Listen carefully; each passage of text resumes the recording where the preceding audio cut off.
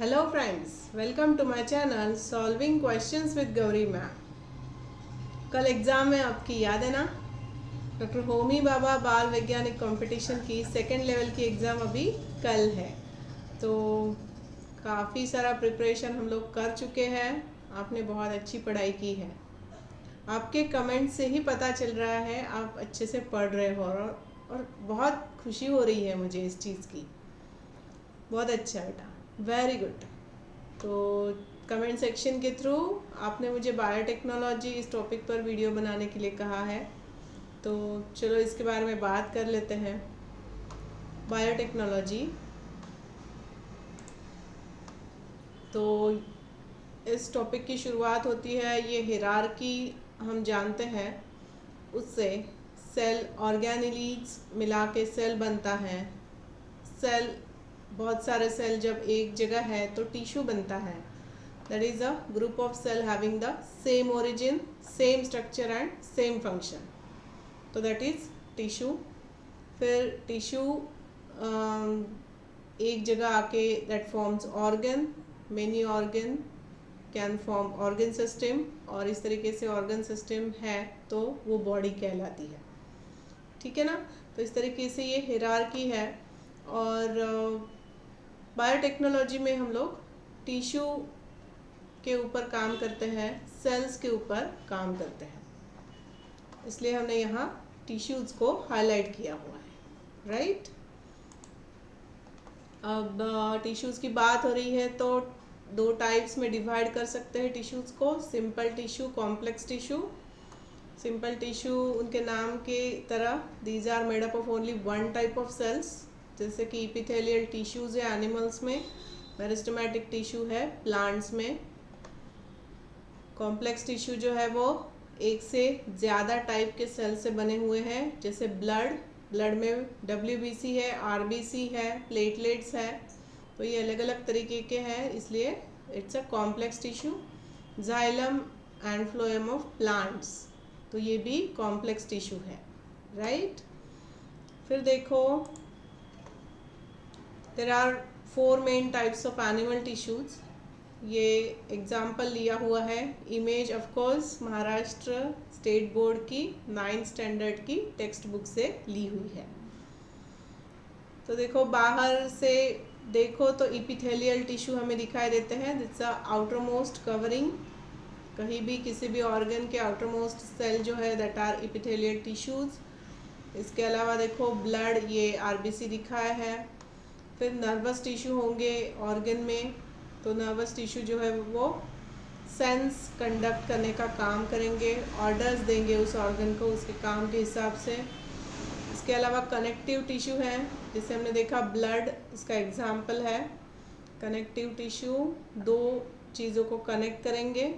और muscular tissue जो muscles में प्रेजेंट रहते हैं, राइट। तो इस तरीके से बेसिकली 4 टाइप के टिश्यूज एनिमल सेल्स, एनिमल में होते हैं। फिर देखो, एक एक टिश्यू के बारे में थोड़ी डिटेल जान लेते हैं। इपिथेलियल टिश्यू प्रोटेक्टिव कवरिंग है ये। Cells in this tissue are closely packed and form continuous layers. आपको ये सारी कहानी लिखनी नहीं है, बस इस तरीके से कुछ इमेज दी और ऐसे एरो दिखा दिया, तो वो जो भी लेबल किया हुआ है वो क्या है ये आपको बस बताने आना चाहिए। तो उसके लिए बैकग्राउंड होना चाहिए, इसलिए हम लोग ये रिवाइज कर रहे हैं।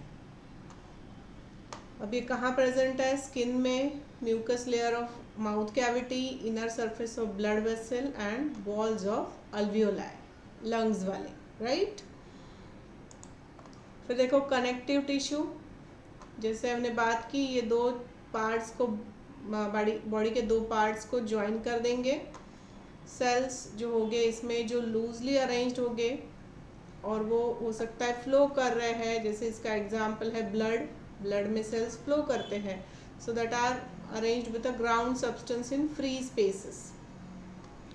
Jelly like, water like substance है जिसमें ये फ्लो करते रहेंगे। ब्लड इसका एग्जांपल है, याद रखना। एरियोलार टिश्यू, लिम्फ अलग है, areolar tissue, lymph, bone, cartilage, adipose tissue, tendon and ligament. तो ये सारी कहानी है कनेक्टिव टिश्यू की। फिर देखो मस्कुलर टिश्यू, जो लोग एक्सरसाइज करते हैं वो अच्छी तरीके से जानते हैं मसल्स कैसे बनते हैं। तो मस्कुलर टिश्यू जो है these are muscle fibers and muscular tissues formed from special type of contractile proteins. Contraction and relaxation इनका काम होता है। मस्कुलर टिश्यू की वजह से हम अपना हाथ पैर हिला सकते हैं, कॉन्ट्रैक्ट और रिलैक्स करा सकते हैं। इसके बाद देखो इनके टाइप्स है striated muscle, non striated muscles and cardiac muscle. Cardiac word हमेशा हार्ट से रिलेटेड यूज किया जाता है, तो कार्डियक मसल होती है हार्ट में, इसे याद रख सकते हो। फिर देखो नर्वस टिश्यू, ये बिल्कुल नर्वस नहीं होने देते अपने को, क्योंकि ये अच्छे अच्छे सिग्नल्स ब्रेन को भेजते हैं। तो ब्रेन की तरफ से भी अच्छे सिग्नल्स ऑर्गन को भेजे जाते हैं। तो ये काम बीच में जो मैसेजिंग का काम है ये नर्वस टिश्यू का है। This respond to stimuli. कल आप वहाँ जाओगे, आपको वहाँ के टीचर्स कुछ इंस्ट्रक्शंस देंगे और उस इंस्ट्रक्शंस के हिसाब से आप रिस्पॉन्ड करोगे। तो इस कहानी में नर्वस टिश्यू इन्वॉल्व होगे, आप वो बात सुनोगे, आपके कान से नर्व्स जो जा रही है ब्रेन को, वो ब्रेन को बता देगी कि मैम कह रहे हैं अभी हमें अपनी टेबल पर जाकर खड़ा होना है। तो ब्रेन की तरफ से पैर को ऑर्डर दिए जाएंगे कि चलो, फिर आपके पैर हिलेंगे, आप अपने टेबल के नंबर देखोगे आँख की मदद से और वहाँ पर जाकर खड़े हो जाओगे। ऐसे ही होगा ना। तो इस कहानी में ये सब इन्वॉल्व हो गया। ऑफकोर्स मस्कुलर टिश्यू भी इन्वॉल्व होंगे अपने पैर के, उसको ऑफकोर्स हाथ के मस्कुलर टिश्यू भी इन्वॉल्व होंगे। वहाँ पे आपको राइटिंग पैड रखना है, प्रोसीजर फॉलो करनी है ना। तो इस तरीके से इसको याद रखो।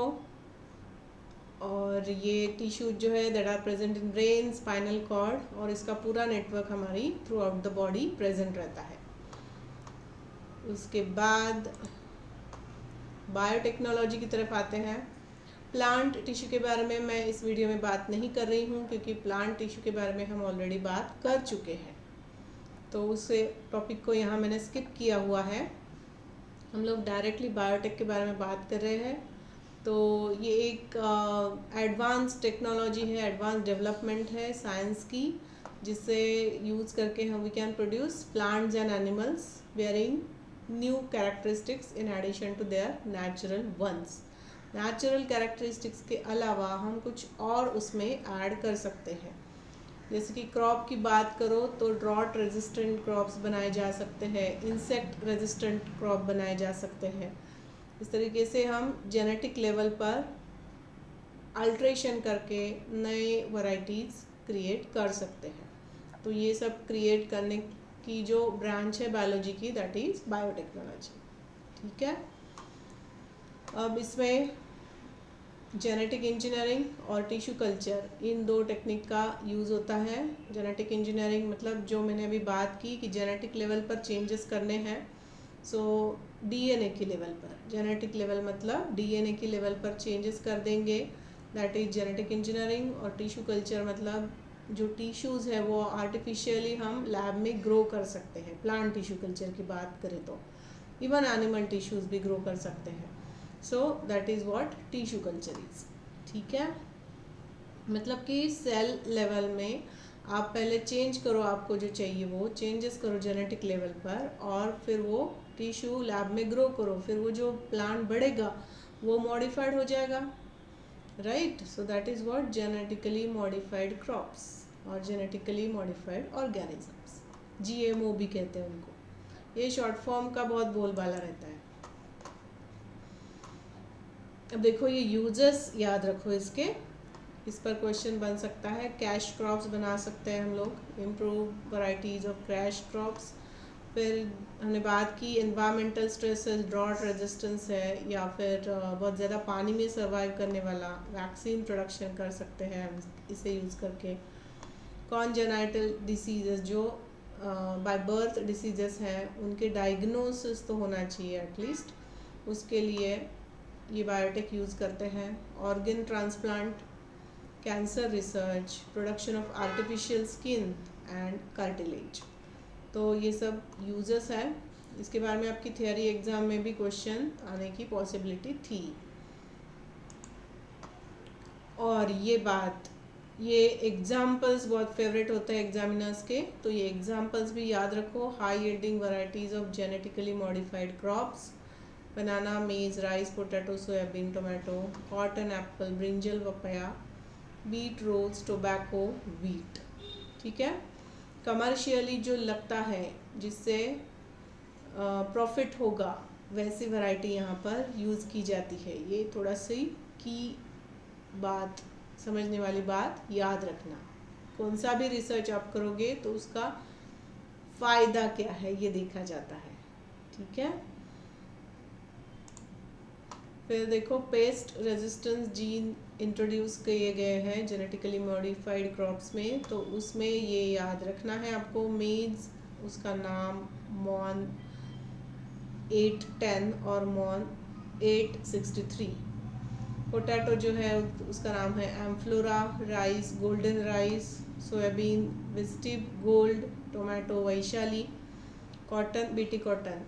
ये वैशाली टोमेटो हमेशा अपने मार्केट में भी मिलते हैं, वो बिल्कुल भी मतलब उसकी शेल्फ लाइफ ज़्यादा रहती है, वो लंबे समय तक रहते हैं फ्रिज में।